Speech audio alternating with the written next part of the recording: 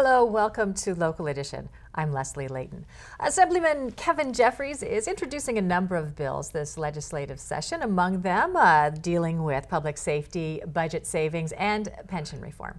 Here now to tell us more about those, Kevin Jeffries. Yes, thank you very much for being here. It's going to be a very interesting year. It's my final year, and we've got a lot of tough decisions ahead. A lot of tough decisions. One of the toughest involves a lot of people and a lot of money, pension reform. Yes. What are your plans regarding pension reform? Well, there's two different levels of pension reform. The governor has finally proposed some pension reform for all state employees, which will trickle down to local government.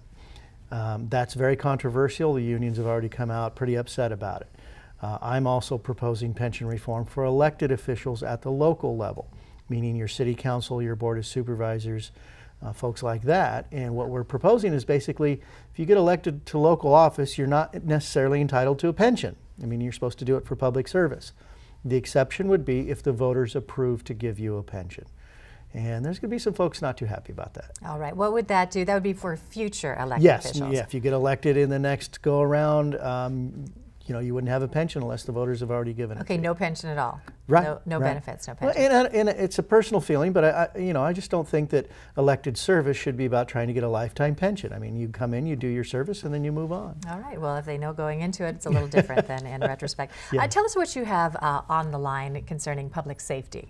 Well, we're dealing with a number of issues. The biggest one is the CDF firefighter inmate fire camp program.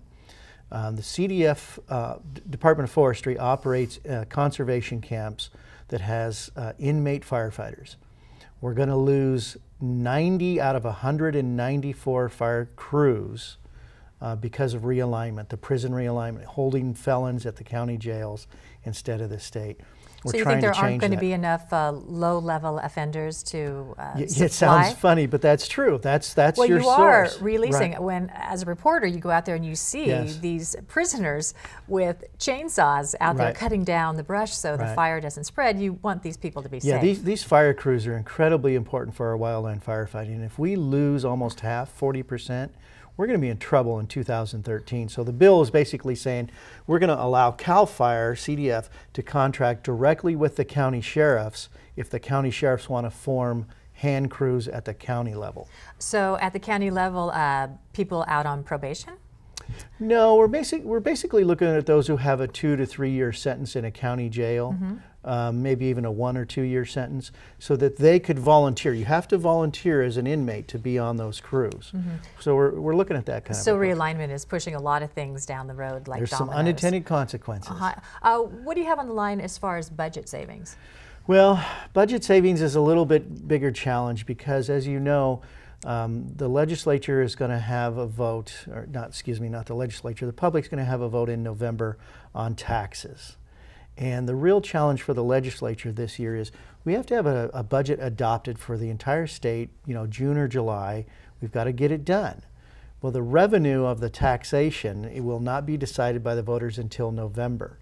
And the state's running a deficit. So you have a lot of planning to do until November, and you don't know what the numbers are at all. Yeah, I mean, the legislature is basically going to have to vote to impose very significant cuts, assuming that there will be no taxes passed by the voters. And then if the voters decide that they want to raise taxes in this state, then they do that in November, and then it restores the cuts. That's what the governor's So every item will proposing. need to have a contingency. I think so, and this is going to be very unique because the legislature is basically done in September, and the voters will vote in November. So do they call everybody back for a special session? It's always something out there. Thank you very much for being here, Sure. Kevin Jeffries, and thank you for tuning in. More HLN next.